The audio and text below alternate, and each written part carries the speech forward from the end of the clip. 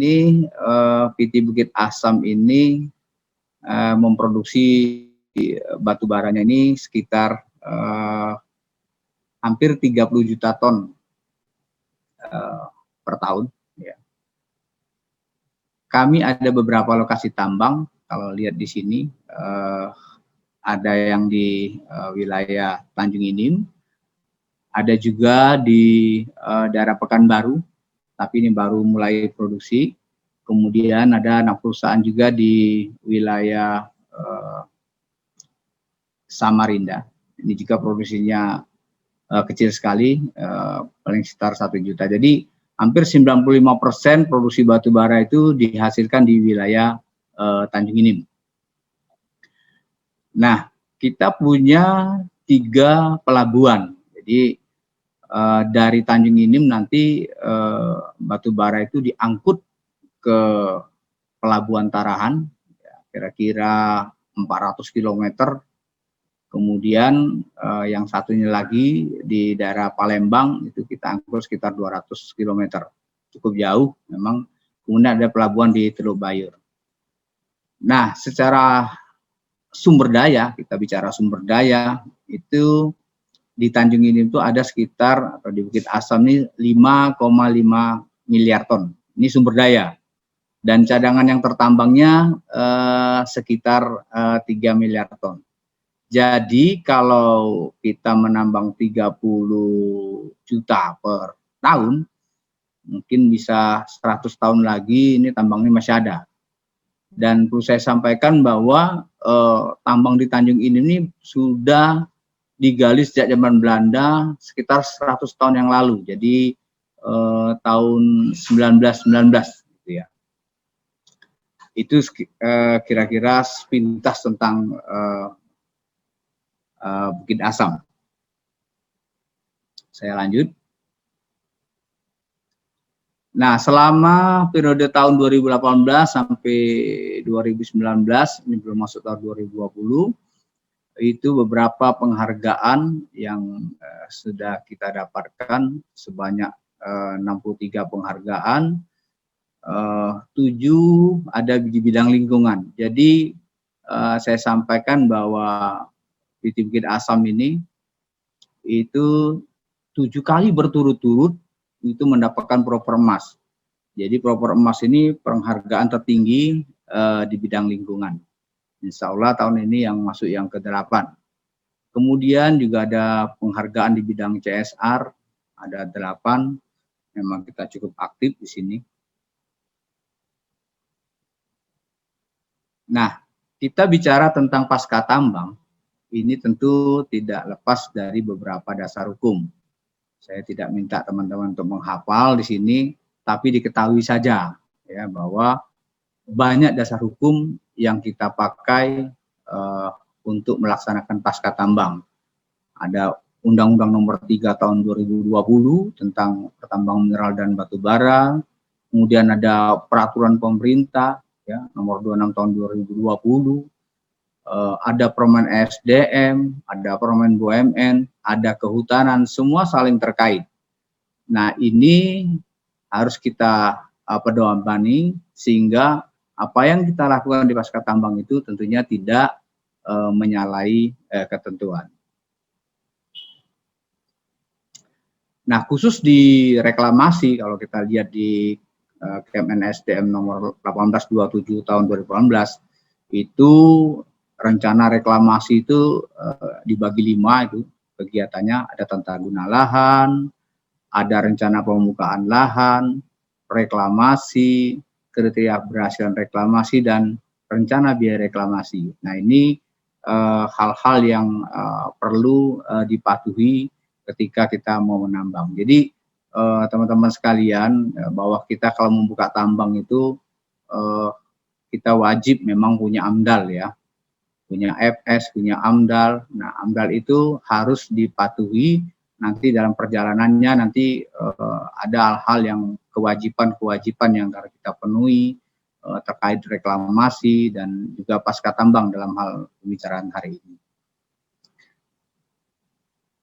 Nah, ini kita lihat alur reklamasi dan pasca tambang. Yang pertama tentunya kita menyampaikan rencana reklamasi atau operasi produksi secara periodik.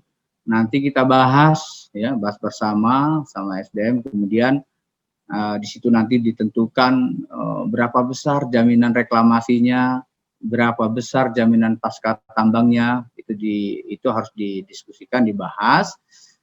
Setelah itu nanti kita lakukan reklamasi selama produksi.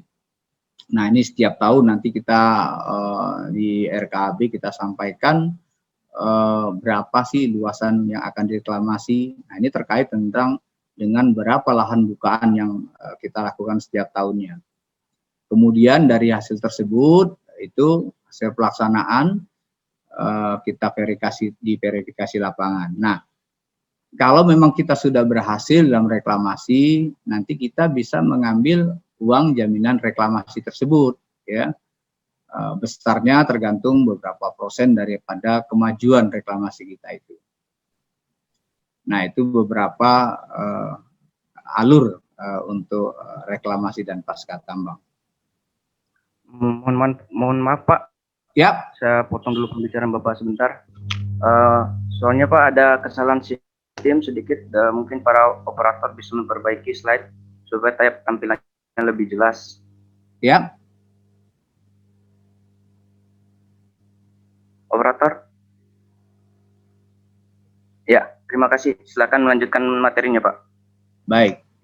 Kemudian kita lihat beberapa alur. Jadi yang pertama kan di sini kita lihat melakukan eksplorasi. Ya, biasa ini tugas kita dasar tentunya melakukan eksplorasi untuk mencari potensi. Kemudian kita lakukan eksploitasi. Ini juga teman-teman geologi bisa juga berperan. Jadi teman-teman geologi itu tidak hanya geologi saja, bisa saja nanti jadi perencanaan tambang di sini, bisa menghitung cadangannya berapa.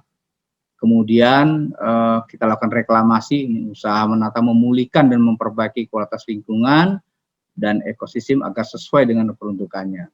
Kemudian di sini pasca tambang, ini kegiatan sistematis terencana berlanjut setelah akhir sebagian atau seluruh kegiatan penambangan. Jadi ini beberapa tahapan saja.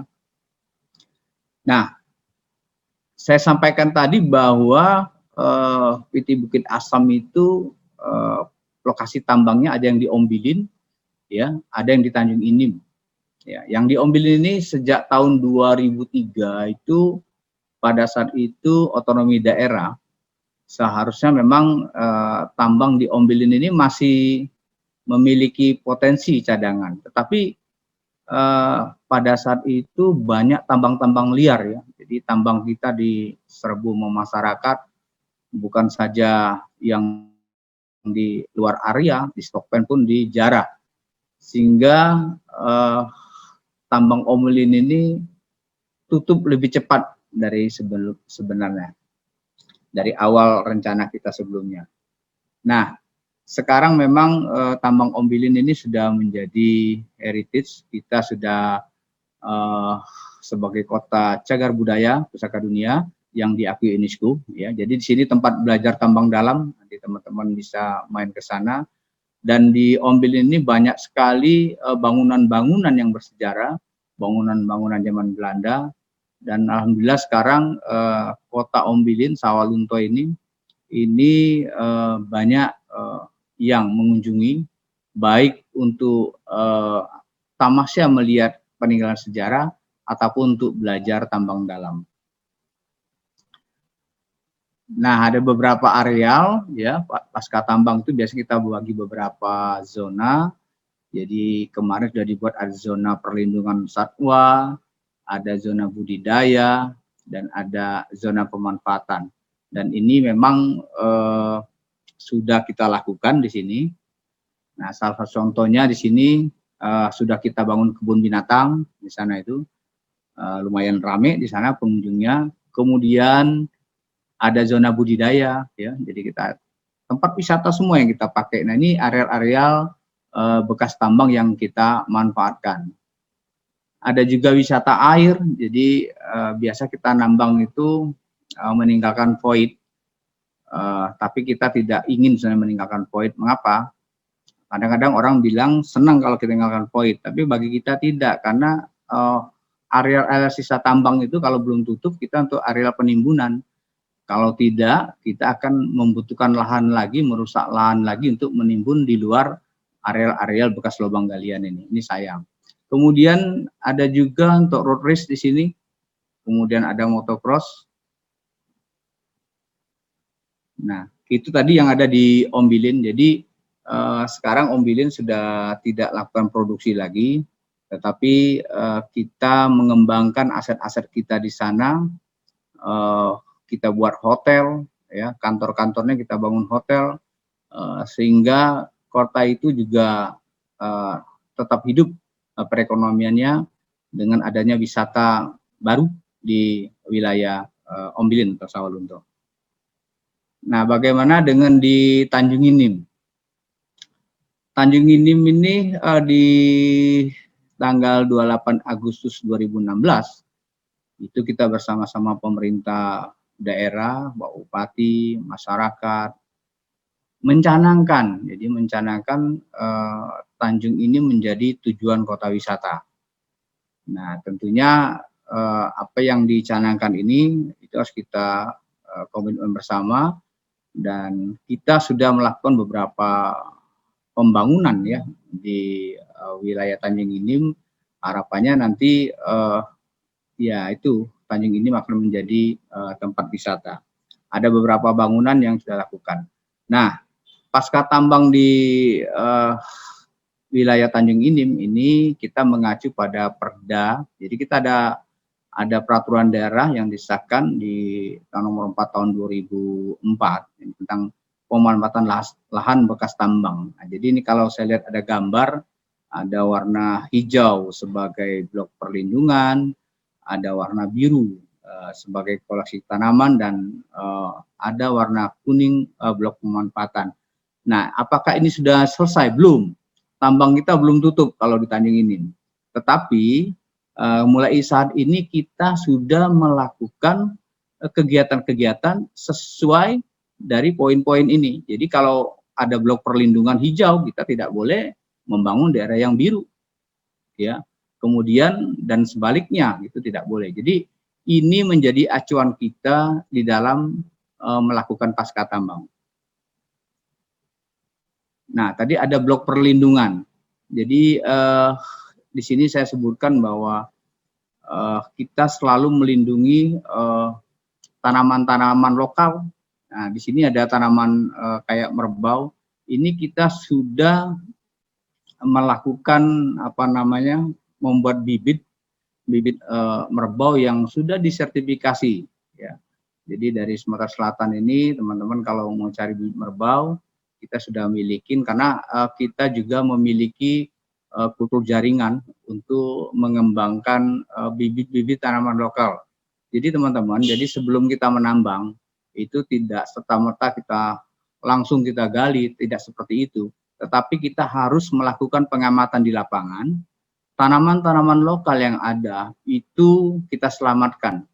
Kita selamatkan, kita biarkan. Nanti ketika tambang itu tutup, itu kita kembalikan lagi. Nah, seperti itu. Jadi harapan kita adanya spesies tanaman yang ada itu tidak hilang begitu saja.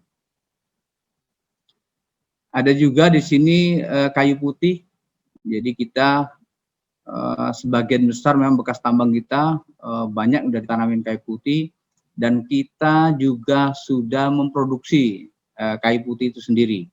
Apalagi dalam kondisi pandemi segini memang cukup laris minyak kayu putih, apalagi yang dari kita asli tanpa campuran ini. Nah, kemudian di sini ada blok koleksi tanaman. Nah, nanti kita sudah rencanakan, ya, ada master plan-nya di sini. Tanaman-tanaman yang ada di Nusantara ini akan kita buat blok. Ada blok Sumatera, ada blok di Jawa, ada blok Sulawesi. Jadi tanaman-tanaman khas di beberapa daerah itu nanti akan kita tanamkan di sini. Nah, seperti itu.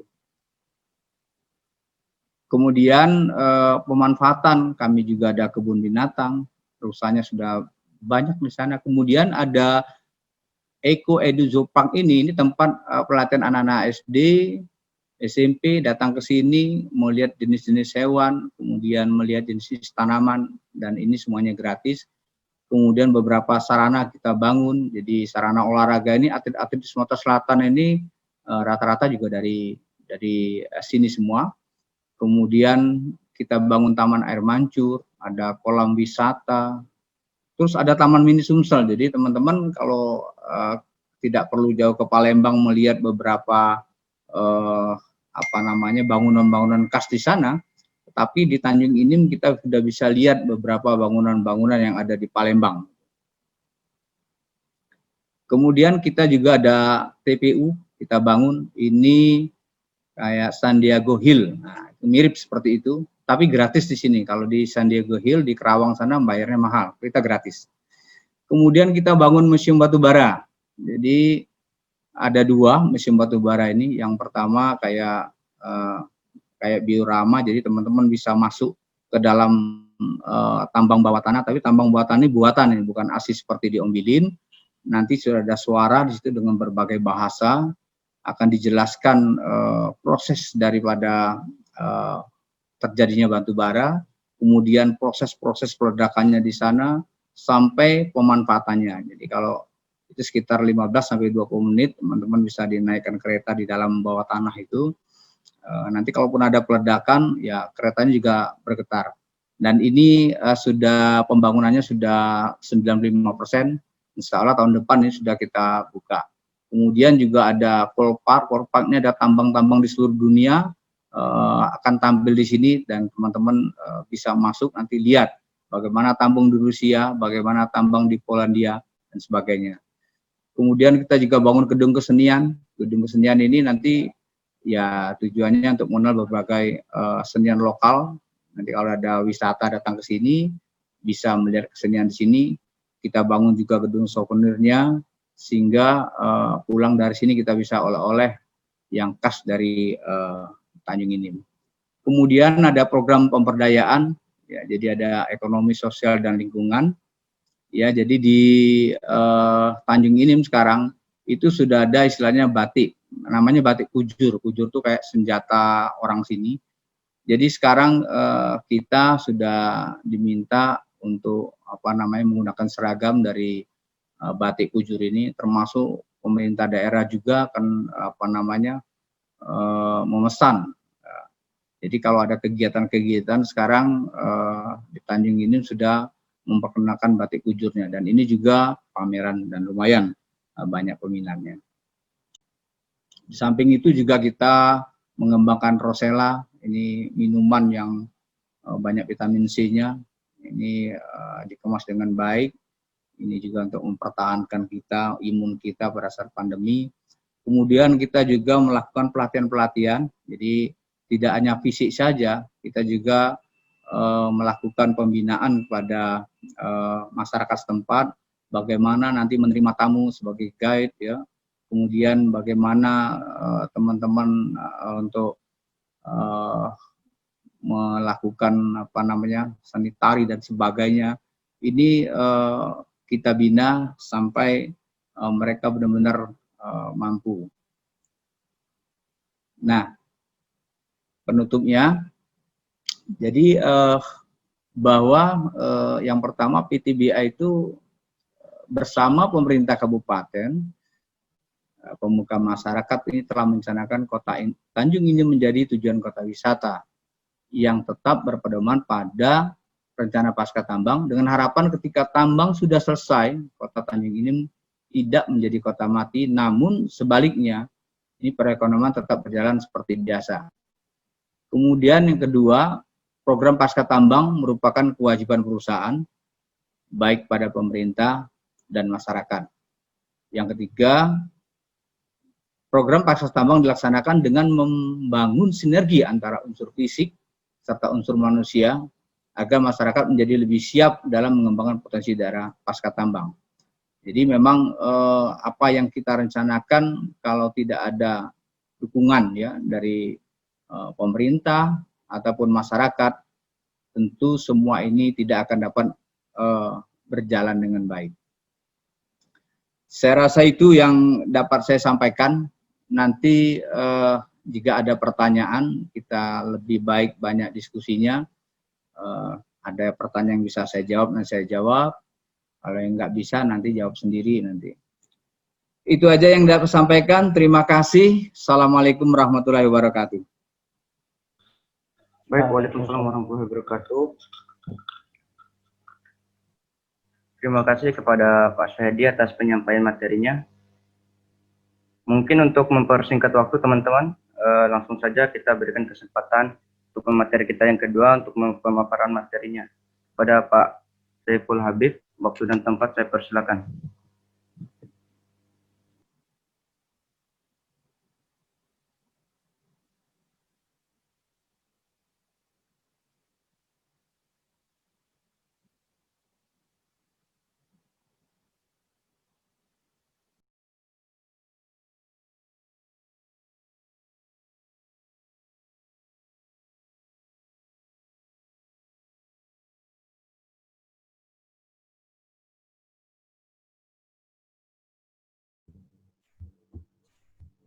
MC atau moderator, punten, materinya apakah sudah kelihatan di layar? Sudah Pak, slide-nya sudah tampil di layar. Sudah full screen ya? Iya Pak, sudah. Oke. Baik, terima kasih. Assalamualaikum warahmatullahi wabarakatuh. Selamat siang, salam sejahtera buat kita semua. Yang terhormat Ketua acara SCG, Ketua Himpunan Mahasiswa Teknik Geologis Gaya, dan yang terhormat ini Pak Suhedi dari PTBA, dan para peserta webinar dari penyelenggaranya, yaitu Institut Sains dan Teknologi Aprindo Yogyakarta, Fakultas Teknologi Mineral ya, dengan webinar ini seri Super Kontinen Gaya yang ke-29 ya, dalam rangka Disnatalis ke-29 dengan tema Mining Tourism Alternative Solution to Mine Closure and Completion in Indonesia. Baik, mungkin saya pertama-tama mengucapkan banyak terima kasih kepada panitia atas kesempatannya untuk memberikan sharing terkait nanti mungkin yang akan kita bawakan, yaitu terkait dengan Geopark Nasional Pongkor. Terus yang kedua, saya mewakili Pak General Manager Unit Bisnis Pertambangan Emas Pongkor yang pada siang hari ini tidak bisa mengikuti sharing atau webinar ini. Jadi tema yang kita bawakan pada siang hari ini yaitu Geopark Nasional Pongkor. Nanti yang akan kita sharing yaitu terkait dengan sedikit warisan geologis. Ini juga saya ditemenin oleh teman saya yang expert di geologis, ada Pak Ali Rionander di Antam Pongkor, terus ada biodiversity-nya dan kultur diversity-nya.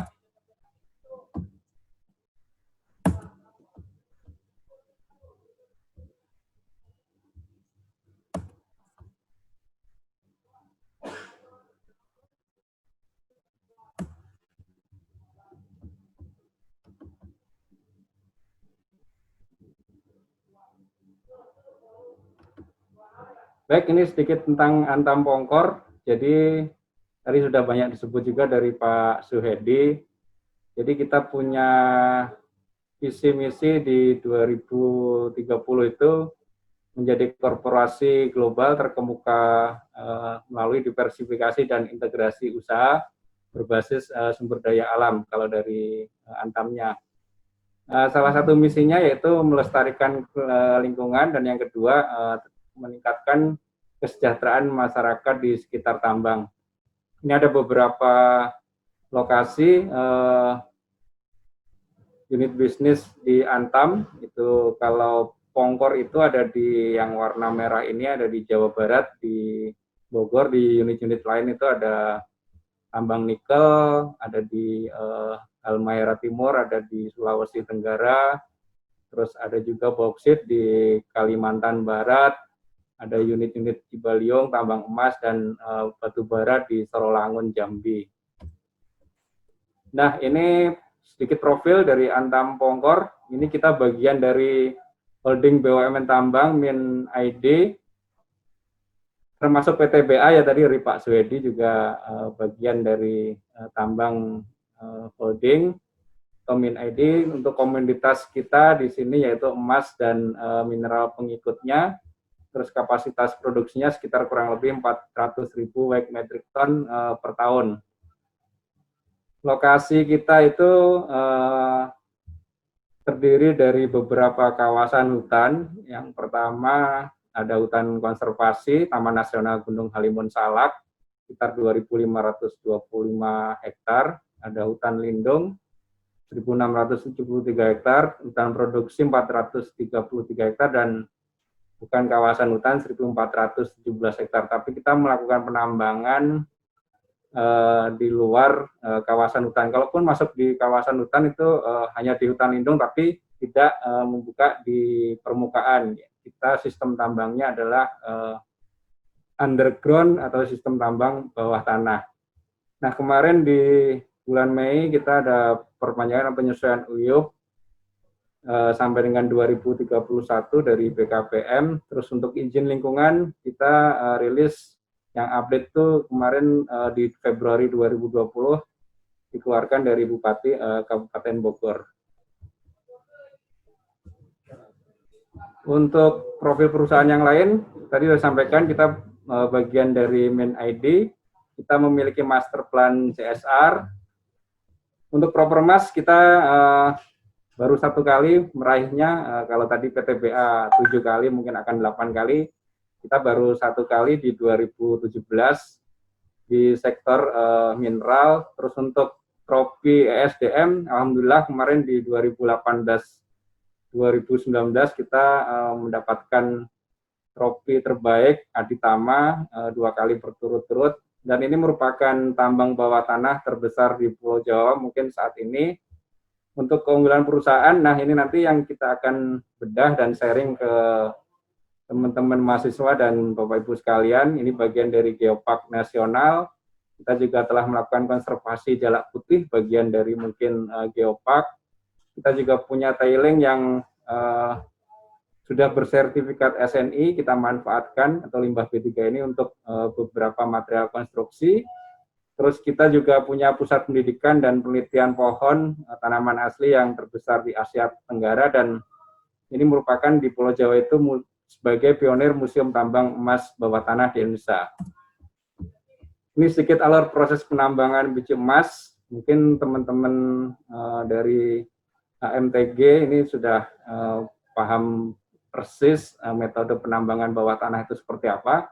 Nah, kalau dari Pongkor itu dimulai dari drilling atau pengeboran, blasting atau peledakan, terus ada sporting ya tentunya penyanggaan, terus ada marking setelah ore didapat dan dilakukan transportasi ke area stockpiling.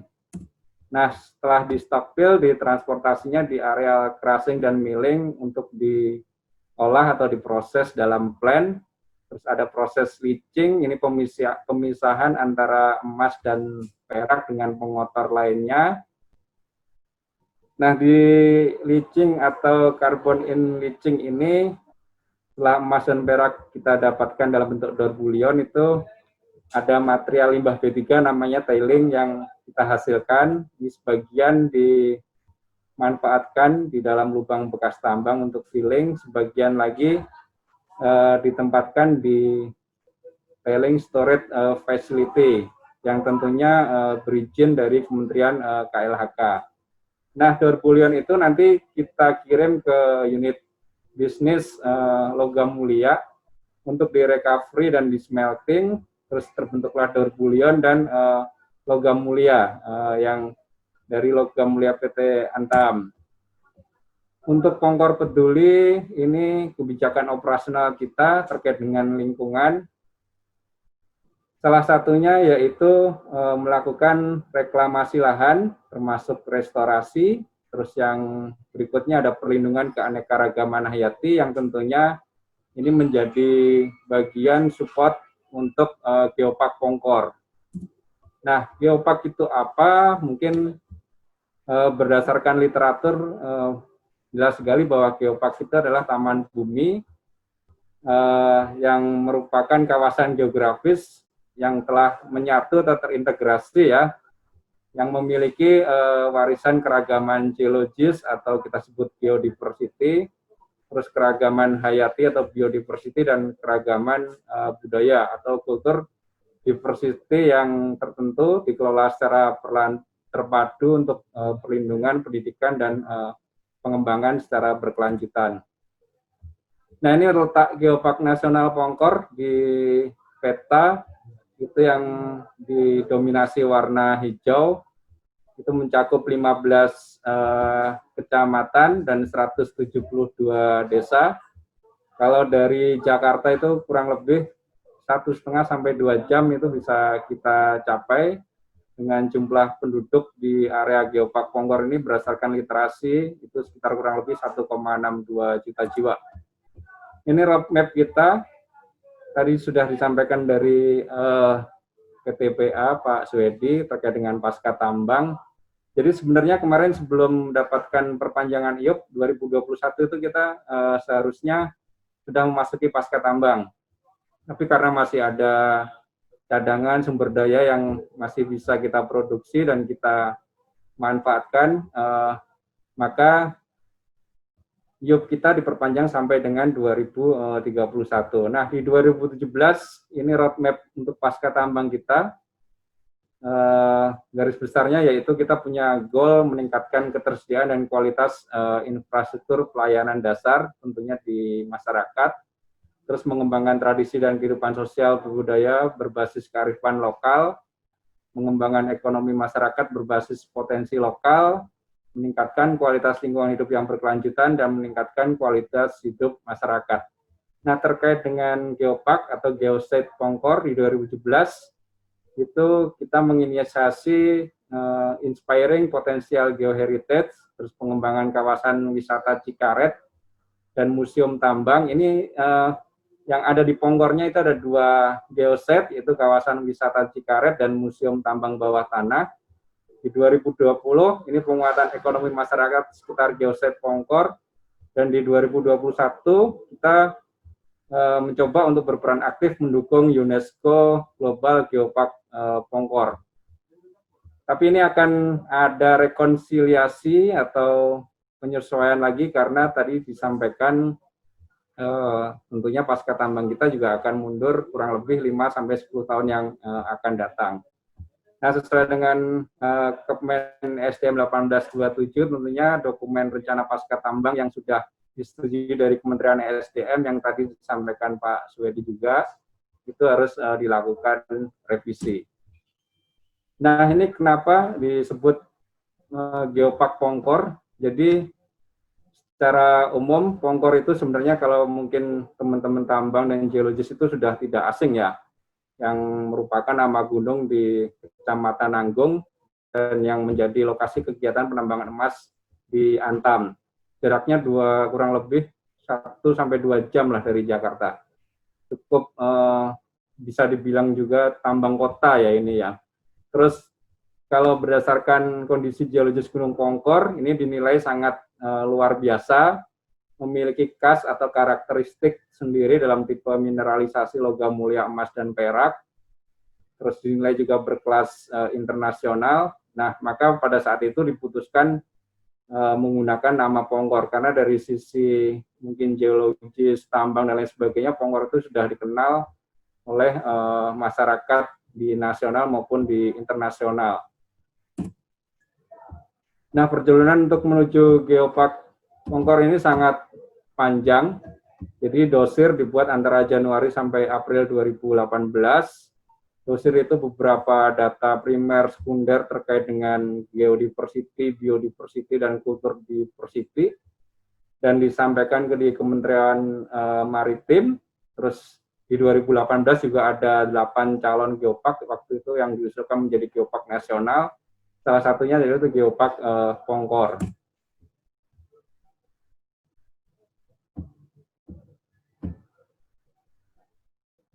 Nah, ini di November 2018, alhamdulillah untuk geopark lokal Pongkor Aspiring itu meningkat statusnya menjadi geopark nasional, dan saat ini kita coba untuk meningkatkan statusnya menjadi UNESCO Global Geopark. Ini foto dari Bupati Bogor dengan calon pengganti bupati pada saat penerima piagam Geopark Nasional Pongkor.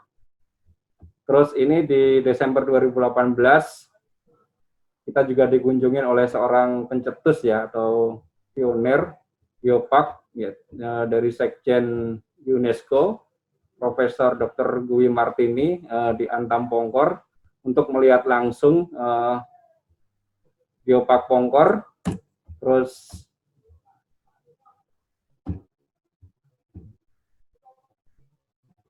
ini beberapa kondisi warisan geologis itu kalau berdasarkan literasi dibentuk sejak kala Miosen atau hingga Holosen. Kalau Miosen kalau nggak salah mungkin sekitar 5 sampai 5,5 juta tahun yang lalu. Jadi ada batuan sedimen dibentuk pada 3 mandala sedimentasi. Ada mandala paparan kontinen, cekungan Bogor yang warna merah ini, dan mandala Banten yang warna kuning. Termasuk subcekungan Rangkas Bitung. Jadi kawasan ini informasinya mengalami evolusi tektonik dalam 2 periode orogenesa, yaitu di antara Intramiosen dan Pliopleistosen. Mungkin teman-teman dari geologis lebih paham, dan dibentuk oleh 2 fase gunung api yang berbeda, yaitu purba dan gunung api masa kini. Nah, ini berdasarkan keadaan geologisnya, Geopark Pongkor itu mempunyai 4 klaster. Jadi ada klaster geologis Pongkor yang warna merah. Ini ada di Desa Nanggung, ini Antam Pongkor ada di sini, ada Cigudeg, ada Jasinga. Terus ada Luwiliang, klasternya ada Tenjolaya yang warna biru dekat dengan laut, dan klaster geologis Parung, ini ada di sekitar Rumpin, Ciseeng. Nah, ini subtemanya kalau kita detailkan lagi, yang warisan geologisnya ini terbentuk akibat adanya evolusi busur magmatis kuarter. Ini yang berasosiasi dengan mineralisasi logam mulia emas dan perak tipe Pongkor. Jadi kalau yang merah ini jejak busur magmatis dan pengkayaan mineralisasinya ada di warna merah. Terus jejak busur magmatis dan pengangkatan sedimentasinya ada di warna kuning. Terus jejak busur magmatis dan vulkanotektoniknya informasinya ada di warna biru, dan jejak busur belakang dan pengangkatan sedimentasi lautnya ada di sekitar warna hijau. Nah, warisan utama geologis itu ada beberapa peninggalan tentunya. Satu warisan tektonik, yang kedua warisan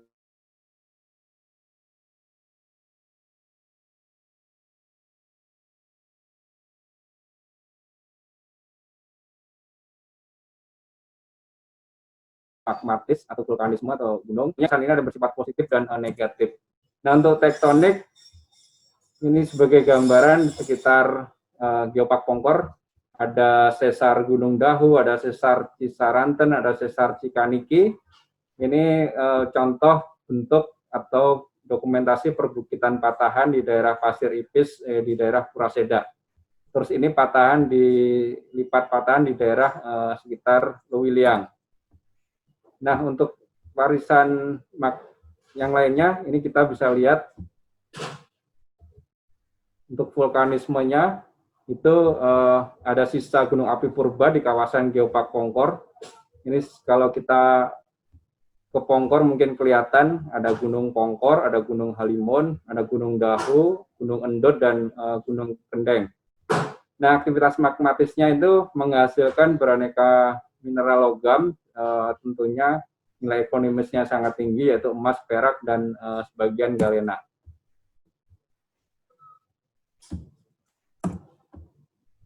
Nah, ini yang lain-lain, ada aktivitas geotermal di Cianten, ada Kawah Ratu, ada lubang air panas Gunung Peyek, ada air panas Cikaluwung sebagai wisata pemandian, ada akumulasi travertin di wisata Tirta Sayaga. Yang lain-lain ini kita bisa menjumpai warisan magmatis atau vulkanisme itu dalam bentuk curug lontar, ada curug Jatake dan curug Cigamea. Curug itu kalau di sini artinya adalah air terjun. Nah, untuk warisan sedimentasi kita bisa lihat di Geopark Nasional Pongkor itu ada fosil moluska, ada fosil kayu, ada fosil perlapisan batuan, endokars, dan struktur sedimen. Untuk warisan bentang alam, kita bisa melihat gunung api, terus perbukitan terjal, perbukitan gelombang, dataran, dan lembah di sekitar Geopark Pongkor. Nah, untuk warisan biologis,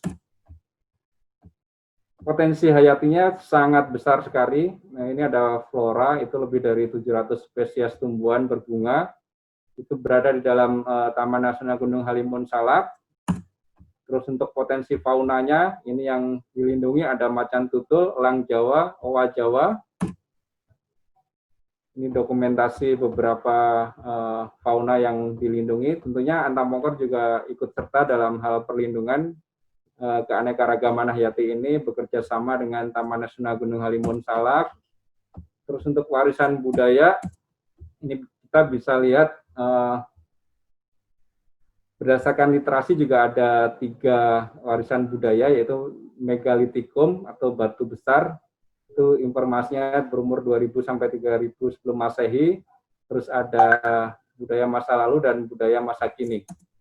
Nah, kalau kita lihat di lapangan itu kita bisa melihat situs keagamaan dan prasasti, ada situs Cipang Entehan dan situs Cipalahe, ada situs Jami Pacing dan andesit berstruktur setting join. Nah, untuk situs keagamaan dan prasasti kita bisa lihat ada prasasti yang mungkin sudah terkenal, Ciareten, ada prasasti Pasir Jambu, ada bongkahan gunung api, terus yang lain-lain. Untuk situs keagamaan atau warisan budaya Islam kita bisa lihat ada situs makam para raja Garisul, ada kompleks pemakaman para prajurit kerajaan Islam, dan makam Syekh Muhyiddin.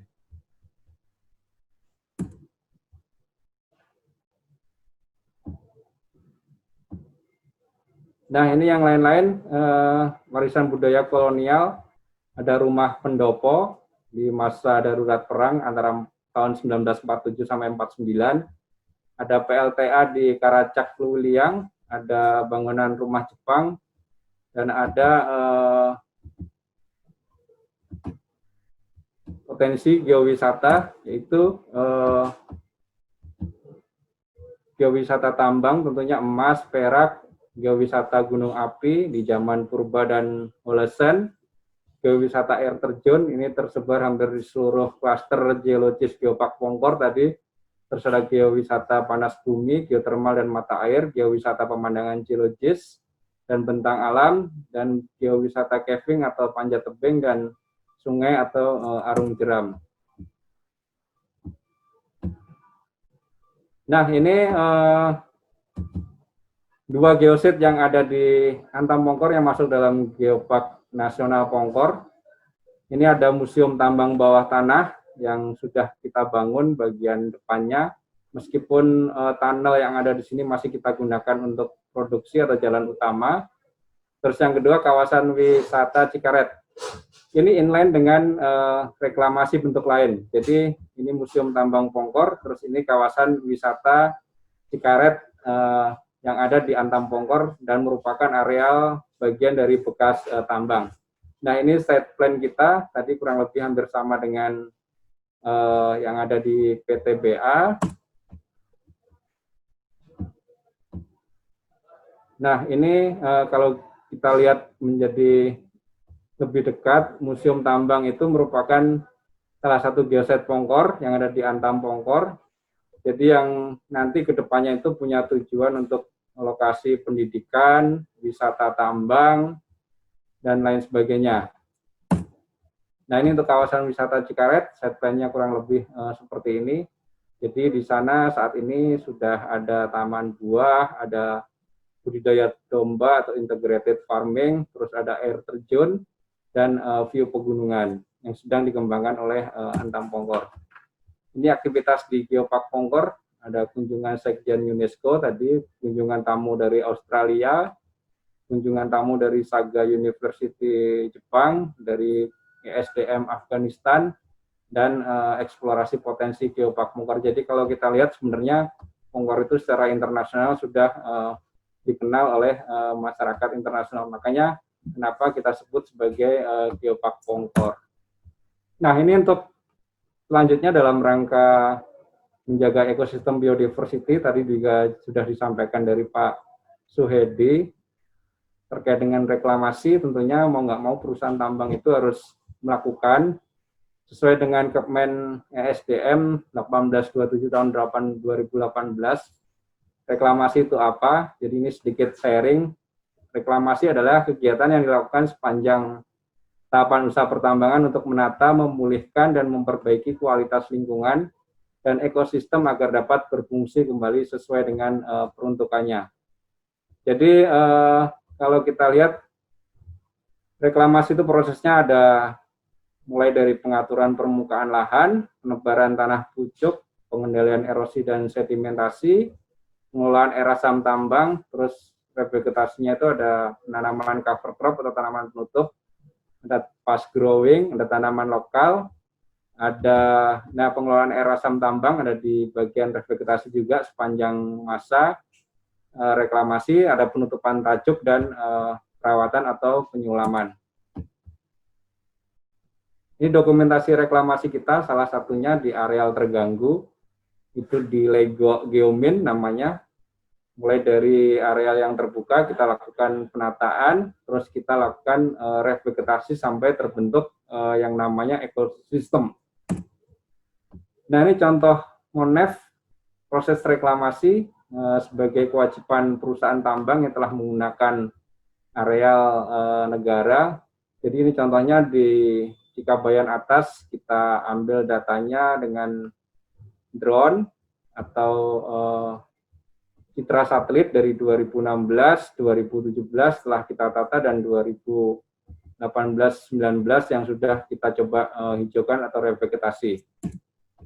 Nah, beberapa hal lain dalam rangka mendukung Geopark Pongkor, kita juga melakukan konservasi keanekaragaman hayati burung jalak putih yang dalam IUCN itu di 2012.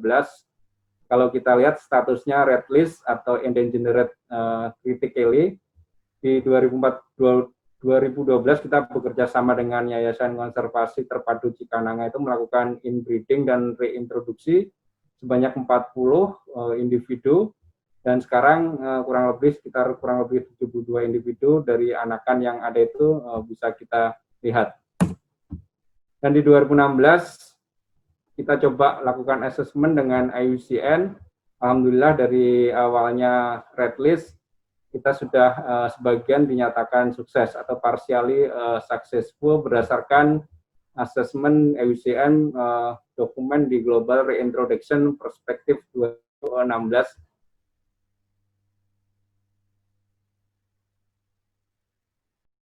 Menjaga ekosistem atau biodiversity, kita juga melakukan restorasi lahan selama kurang lebih 10 tahun dengan luasan yang kita restorasi sebanyak 1.450 hektar, hampir sama dengan PTBA. Jadi di sini banyak yang namanya peti atau gurandel atau penambang liar atau ilegal yang sedikit merusak ekosistem permukaan hutan di dalam IUP maupun area Taman Nasional Gunung Halimun Salak yang tentunya kita harus pulihkan, kita harus restorasi, kita harus perbaiki ekosistemnya untuk lingkungan dan masyarakat itu sendiri.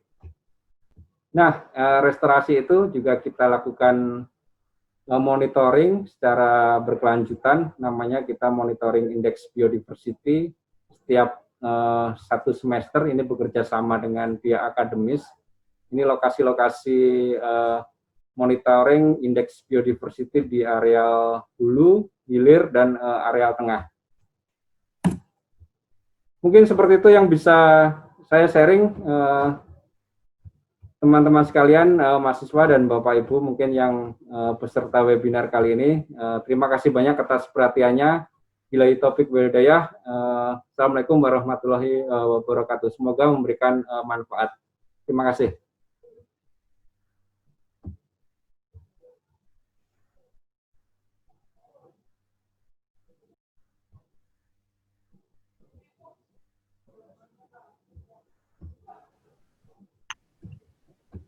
Silakan panitia atau MC. Waalaikumsalam warahmatullahi wabarakatuh. Terima kasih saya ucapkan kepada Pak Saiful Habib atas penyampaian materinya yang sangat luar biasa. Baik, ya Pak.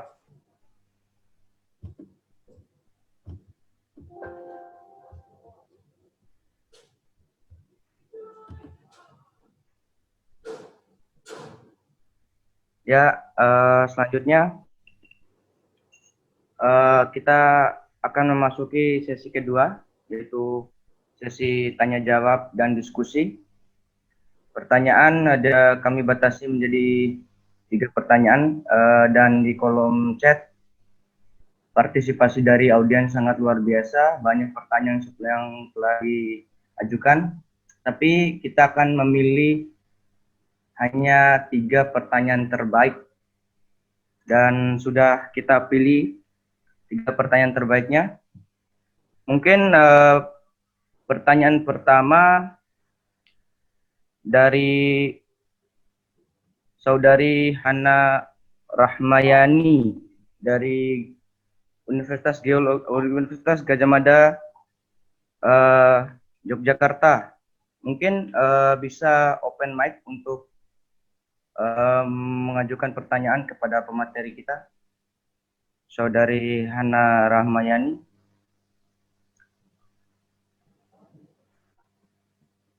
Ada? Saudari Saudari Hana Rahmayani?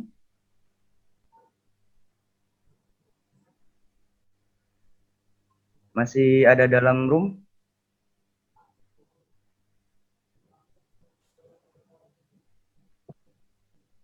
Oke, mungkin akan saya bacakan saja pertanyaan dari Saudari Hana Rahmayani. Jadi pertanyaannya, bagaimana bentuk-bentuk upaya pemberdayaan masyarakat sekitar pertambangan di Tanjung Enim yang dijadikan tempat wisata dan inovasi wisata yang dilakukan untuk penunjangan ekonomi masyarakat pasca tambang saat pandemi COVID-19 ini? Bagaimana? Mungkin pertanyaannya lebih tepat dijawab oleh Pak Suhedi yang berkaitan dengan Tanjung Enim ini, Pak. Mungkin bisa dijawab, Pak. Terima kasih. Baik, terima kasih. Ini memang kalau kita bicara COVID, ya memang untuk saat ini memang tempat-tempat wisata kita, ya itu sementara kita tutup, ya untuk menghindari penyebaran COVID ini. Karena memang di Tanjung ini kebetulan sudah masuk zona merah. Tapi kalau pemberdayaan memang saat ini kan sudah kita siapkan bangunan fisiknya. Kemudian dari sisi SDM-nya, nah ini yang kita walaupun dalam kondisi pandemi seperti ini, kita tetap melakukan pelatihan-pelatihan pada masyarakat bagaimana untuk belajar tentang guide, ya.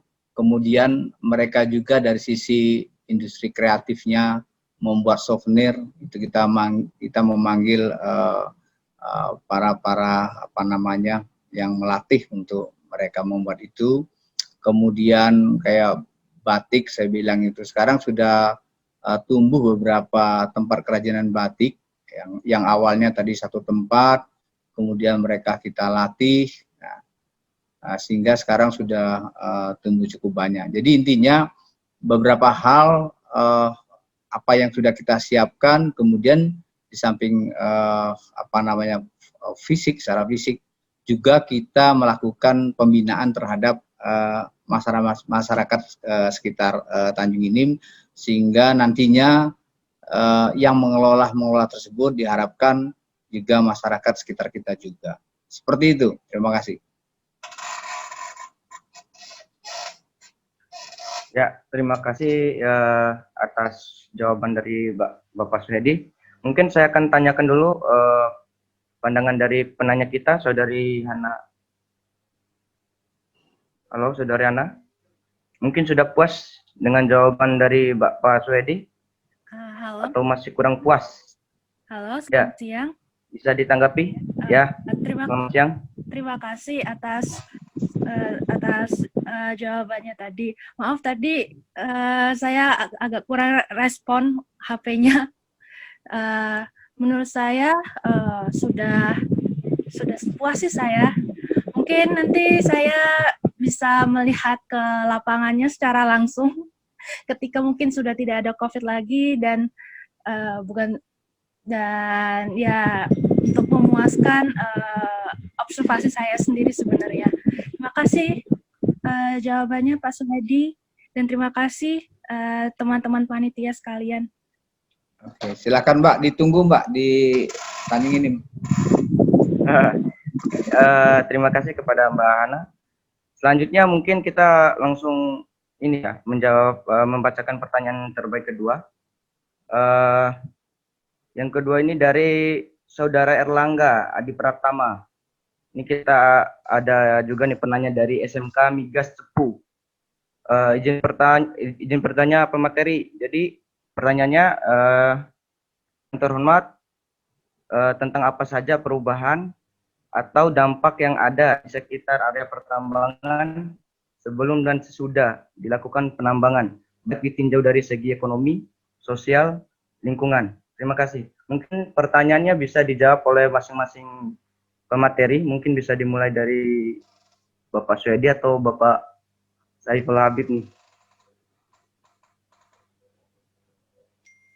Mungkin dari Pak Suhedi dulu dah. Pak Suhedi. Baik. Ya, silakan Pak.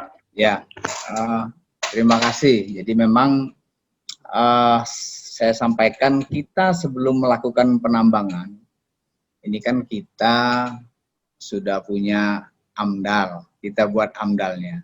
Nah, tujuan dari AMDAL ini adalah supaya tetap terjadi keseimbangan, ya. Dampak-dampak ya atau dari dampak-dampak akibat penambangan itu sendiri itu sudah kita lakukan antisipasi di dalam AMDAL itu sendiri. Nah, memang sebelum kita melakukan penambangan, memang kita harus melihat seperti apa sih rona awal kita. Nanti setelah ditambang mau seperti apa.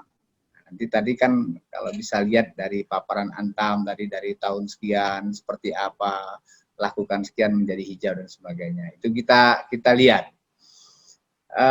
Sementara itu dari sisi lingkungan alamnya, dari sisi masyarakat sekitar gitu ya. Tentunya dengan adanya kegiatan penambangan di suatu daerah, ya mau tidak mau kan akan menambah lapangan kerja. Jadi mereka bisa melakukan baik bekerja ataupun menunjang. Jadi mereka mungkin membuka rumah makan dan sebagainya. Artinya di situ nanti akan tumbuh sendiri seperti itu. Nah seperti itu. Jadi pasti ada dampaknya. Tapi setelah nanti tutup, harapan kita dengan adanya pembangunan wisata ini, ya tadi ya saya sampaikan tidak terlalu banyak perubahan harapannya. Tadi ekonomi tetap berjalan dengan baik, harapan kita seperti itu. Jadi intinya setiap melakukan penambangan tentu kita punya AMDAL. Jadi apapun dampak-dampak yang akan terjadi itu sudah ada di dalam AMDAL dan antisipasinya seperti apa yang kita lakukan. Nah, artinya nanti kita harus memang harus patuh ya. Tidak boleh kita melanggar dari apa yang sudah disepakati yang ditetapkan di AMDAL sehingga nanti keseimbangan tetap terjadi. Itu aja, terima kasih. Ya, terima kasih atas jawaban dari Bapak Suhedi. Mungkin jawaban dari Pak Saiful Habib, mungkin saya persilakan untuk menjawab pertanyaan yang dari Mas Erlangga tadi. Silakan Pak.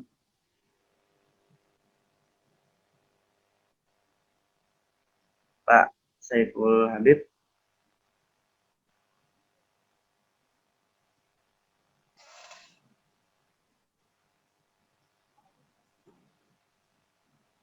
Mungkin ada kesalahan jaringan atau permasalahan sistem.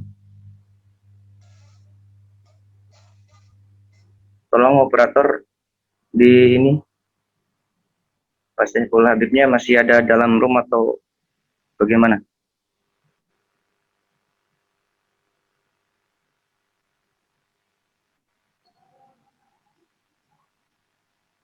Oke. Bagaimana, ada tanggapan operator?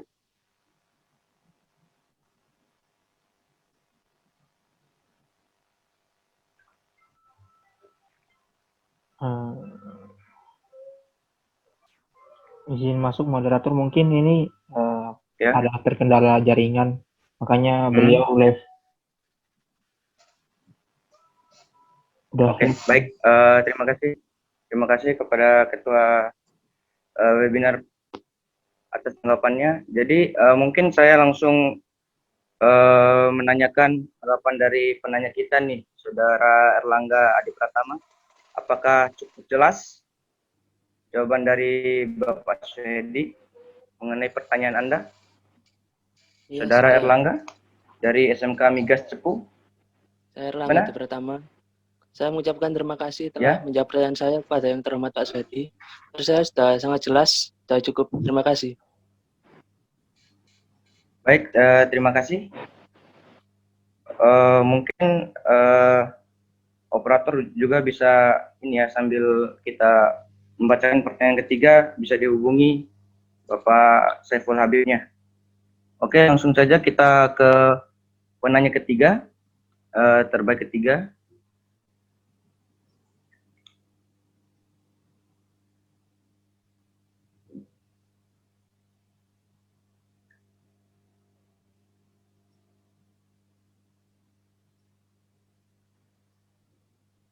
Ini ada pertanyaan, titipan pertanyaan dari Meiti dari Antam. Pertanyaannya untuk PT Bukit Asam, mungkin untuk Pak Suhedi.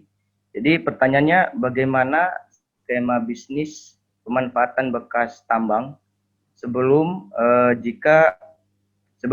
jika tidak salah mengerti, mungkin sebelumnya jika tidak salah mengerti, ada yang sebagian digratiskan. Sebelumnya saya juga pernah visit ke lokasi. Biayanya cukup murah. Kemudian bagaimana membuat pemanfaatan bekas tambang ini tidak terus-menerus membebani perusahaan, tetapi terus eksis, bermanfaat bagi masyarakat dan survive untuk pembiayaan operasionalnya. Mungkin bisa langsung dijawab oleh Pak Suhedi. Pertanyaan dari Mbak Meiti dari Antam. Dari Antam. Oke, terima kasih atas pertanyaannya. Jadi dapat saya sampaikan bahwa awal-awal ini memang beberapa wisata ataupun tempat-tempat rekreasi yang sudah kita buat, untuk sementara memang kita masih free ya, gratis. Tetapi ke depan, ya, ini lagi kita siapkan konsultan untuk menghitung ya bagaimana skema bisnisnya sehingga hal-hal yang sudah kita bangun ini itu memang tidak akan membebani perusahaan. Paling tidak secara operasional tidak membebani. Jadi kalau investasi mungkin nggak kita hitung, investasi kita bangun memang untuk kesehatan masyarakat, tetapi dalam operasionalnya itu diharapkan tidak lagi membebani perusahaan. Itu yang kita lakukan. Jadi memang kalau kita membuat tempat rekreasi gratis itu memang tidak bernilai, memang ya pasti tidak bernilai. Orang juga nanti yang datang ya receh-receh juga. Padahal yang kita bangun ini nggak main-main. Biaya yang kita keluarkan kemarin untuk membangun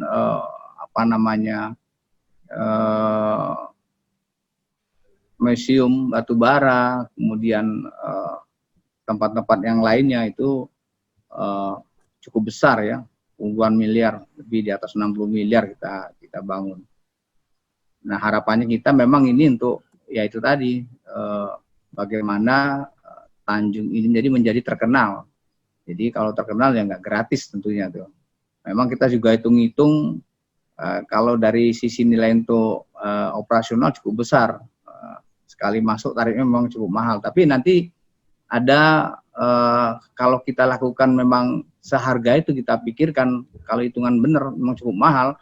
Nah, ini kita juga akan pertimbangkan untuk anak-anak sekolah itu nanti ada tarif-tarif yang tertentu sehingga jangan sampai kita bangun tapi yang bisa melihat orang-orang dari luar. Nah, ini kita masih pertimbangkan.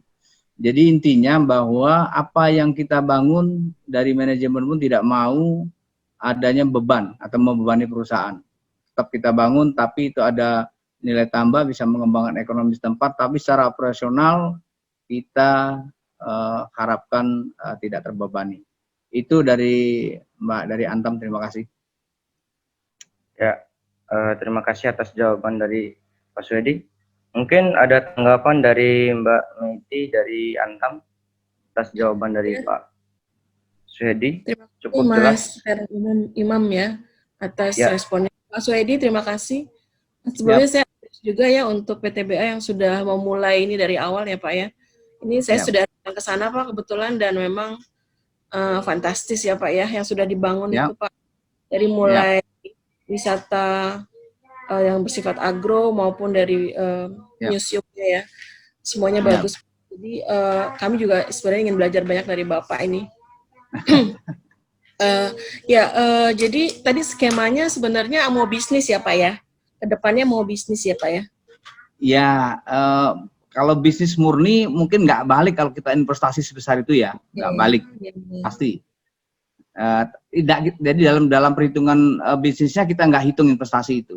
Jadi yang kita hitung adalah bagaimana operasional itu jalan dan tidak membebani perusahaan. Oke, ya.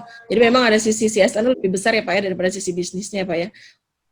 Iya, tetap memang kita ini kan tujuan kita memang bagaimana kota kita ini setelah kita tinggalkan nggak mati gitu kan. Jadi betul, kalau mata-mata bisnis nanti orang tertentu saja yang bisa menikmati. Nah ini juga tidak sasaran kita nggak tepat nanti.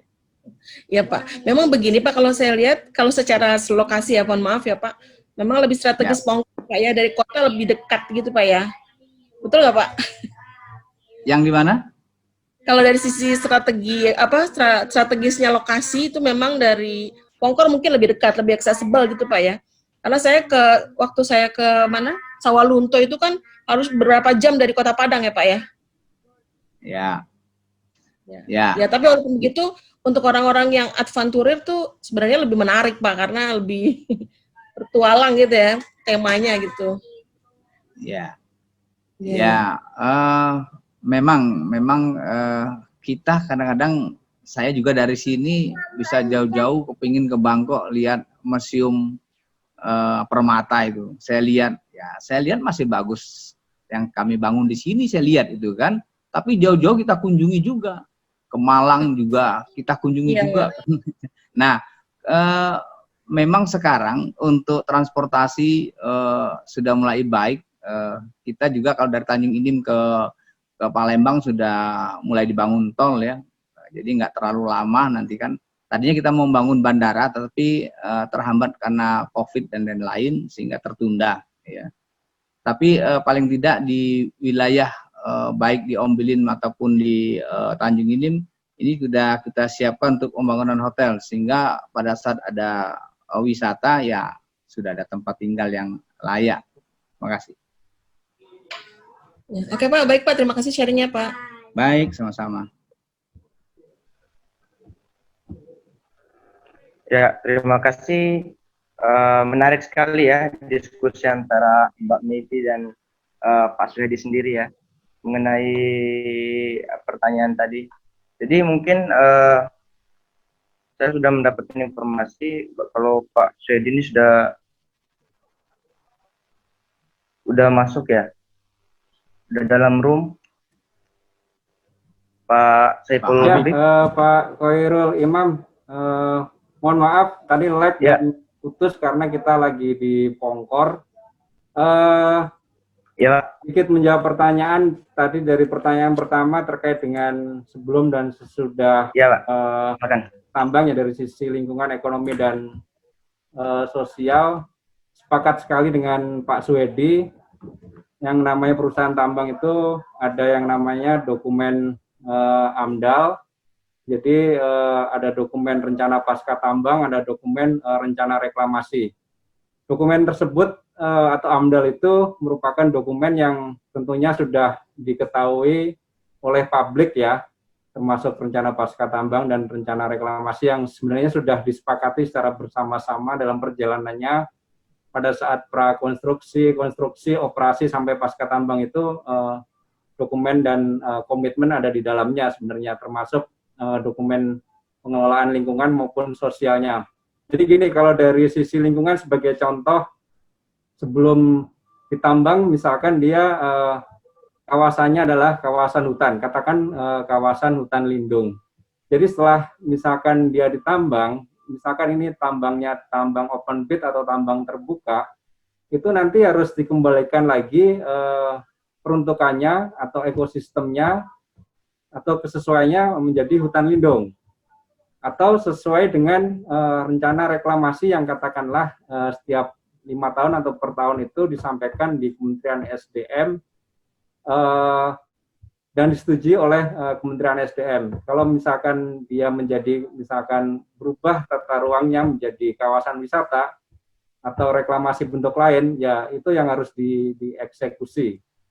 Seperti itu contohnya. Terus yang kedua terkait dengan sosial ekonomi, tentunya setiap perusahaan punya biro CSR dan punya program CSR, social responsibility. Kalau di Antam Pongkor ada 6 program utama, tentunya ada aspek pendidikan, kesehatan, pengembangan ekonomi lokal, aspek sosial budaya, lingkungan, dan peningkatan kapasitas kelembagaan. Sebagai contoh, misalkan pendidikan. Sebelum adanya tambang atau sebelum adanya perusahaan, katakanlah lulusannya mungkin hanya SD, SMP, tapi setelah adanya perusahaan mungkin ada semacam program pendidikan, pemberian beasiswa untuk peningkatan kualitas pendidikan, terus adanya peningkatan sarana prasarana, termasuk mungkin sekolah SD, SMP, SMA mungkin yang diperbaiki kualitasnya. Terus untuk aspek kesehatan, misalkan sebelumnya belum ada yang namanya puskesmas, misalkan, atau ada tapi jauh. Nah, setelah adanya perusahaan, mungkin ada yang namanya puskesmas pembantu untuk pelayanan kesehatan masyarakat. Terus adanya optimalisasi pemanfaatan sumber daya air yang bersih dan berkualitas. Terus untuk ekonomi lokal sebagai contoh tadi adanya Geopark Pongkor, ada 2 site, Museum Tambang Bawah Tanah sama kawasan wisata Cikaret.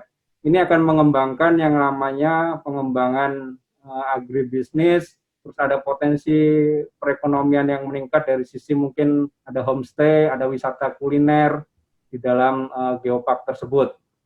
Terus untuk sosial budaya tentunya perusahaan dengan masyarakat melakukan kegiatan atau pelestarian kesenian secara bersama-sama untuk menjaga kultur diversity. Terus untuk lingkungan, tadi salah satunya adalah reklamasi, itu sebagai dampak sebelum dan sesudahnya sesuai dengan peruntukannya. Tapi ada hal yang lebih penting lagi, di Antam Pongkor itu ada yang namanya Subdas Cikaniki, yang ini kita tahu bersama bahwa air itu adalah sumber daripada kehidupan ya. Inilah yang harus kita jaga secara bersama-sama. Terus untuk peningkatan kapasitas kelembagaan, kalau tadi ada Geopark Pongkor, tentunya di sana akan ada kelembagaan BUMDes koperasi yang berkembang yang tentunya akan meningkatkan pendapatan perekonomian masyarakat dan kemandirian di mereka. Seperti itu Mas Khairul Imam, kurang lebih jawaban dari Antam Pongkor. Mungkin ada pertanyaan lain karena tadi saya lag, mungkin bisa disampaikan pertanyaannya. Terima kasih. Ya, Baik Pak, terima kasih atas jawaban dari Pak Saiful Habib. Jadi pertanyaan yang diajukan tadi kita batasi menjadi 3 pertanyaan dan sudah dipertanyakan semua Pak. Pertanyaan sudah diajukan semua. Jadi mungkin tadi ada kendala jaringan ya dari Pak Saiful Habib sehingga agak terganggu tadi jalannya diskusi kita. Tapi tidak apa-apa, inilah merupakan tantangan kita dalam proses pembelajaran di saat kondisi pandemi saat ini. Jadi kita harus tetap semangat untuk itu. Baik teman-teman, mungkin di berakhirnya sesi kedua ini, sesi tanya jawab kita berakhir juga. Kita berada di penghujung acara diskusi kita pada sore hari ini. Mungkin sebelum itu saya akan menyimpulkan beberapa materi yang dipaparkan oleh para pemateri kita yang terhormat tadi. Jadi berbicara tentang pertambangan, bukan hanya berbicara tentang cara memanfaatkan sumber daya alam, baik emas, nikel, batu bara, dan lain sebagainya. Tapi selain dari itu, dampak yang dihasilkan dari bekas tambang bisa menimbulkan ketidakstabilan di alam. Di Indonesia sendiri telah diatur dengan jelas dalam undang-undang mengenai pasca tambang, dan solusi yang dihadirkan berupa reklamasi dan kemudian dialokasikan menjadi tempat yang bisa dimanfaatkan, misalnya menjadi geopark dan geowisata, di mana bisa menjadi tempat perlindungan keragaman hayati dan keragaman geologi, sehingga dapat memanfaatkan sumber daya alam tersebut bisa lebih efektif dan tidak menimbulkan kerugian bagi alam sekitar. Mungkin itu kesimpulan yang bisa kita ambil dari diskusi yang sangat berarti pada sore hari ini. Terima kasih saya ucapkan kepada para pemateri kita yang sangat luar biasa. Semoga pengalaman dan ilmunya bisa berguna bagi semua dan bisa kita praktekkan di dunia kerja nantinya. Terima kasih. Mungkin saya sebagai moderator pada sore hari ini pamit undur diri. Saya Khairul Imam. Wassalamualaikum warahmatullahi wabarakatuh. Saya akan menyerahkan acara selanjutnya kepada Master of Ceremony pada sore hari ini. Terima kasih. Terima kasih. Selanjutnya demikian rangkaian acara webinar series 2 pada siang hari ini. Semoga bermanfaat bagi seluruh hadirin dan semuanya. Saya selaku MC pada webinar mengucapkan banyak terima kasih dan sekiranya ada kata-kata dan tingkah laku yang kurang berkenan di dalam hati mohon dimaafkan. Kami akhiri billahi taufiq wal hidayah. Wassalamualaikum warahmatullahi wabarakatuh. Warahmatullahi wabarakatuh. Sebelum itu jangan keluar dulu karena ada sesi foto bersama. Dimohon untuk menyalakan kameranya semua.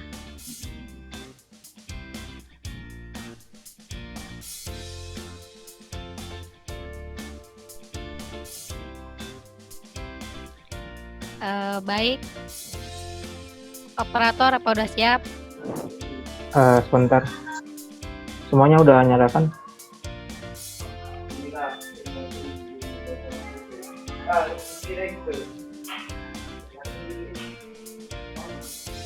Ya, saya hitung mundur ya buat fotonya nanti.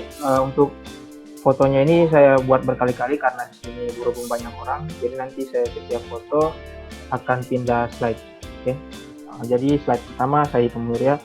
1, 2, 3. Oke, slide kedua. 1, 2, 3. Oke, slide ketiga.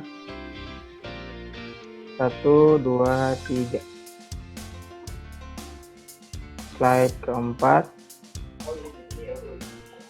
1, 2, 3. Slide kelima. Mungkin yang belum open cam boleh dibuka. 1, 2, 3. Dan slide yang terakhir. 1, 2, 3. Oke, mungkin udah cukup, Mbak MC. Baik, terima kasih. Untuk absen untuk absen sudah bisa dilihat ya di chat. Dan untuk itu masih ada webinar series 3, jadi ditungguin aja dan dilihat di Instagram SCG 2020. Terima kasih. Oke, izin lab. Yuk Pak Habib, semuanya Ya, ya. Pak. Semuanya. Salam Terima ya. kasih, Pak.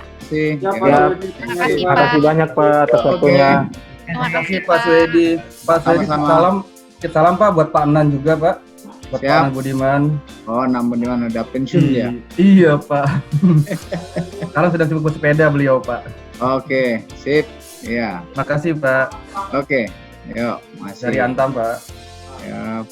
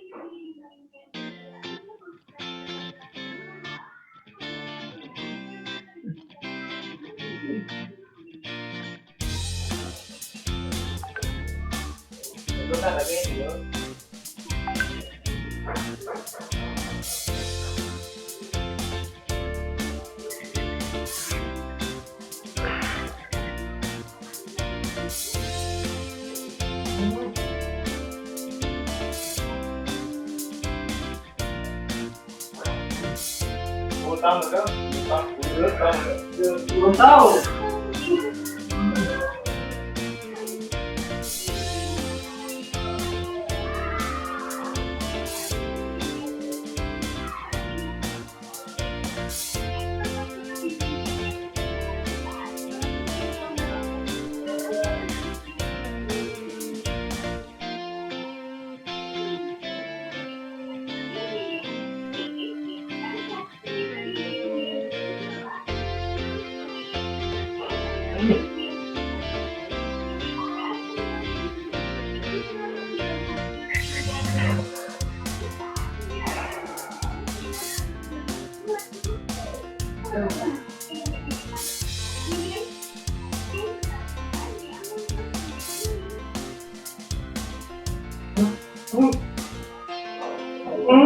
Yumi, oh itu dia mencet yang malu.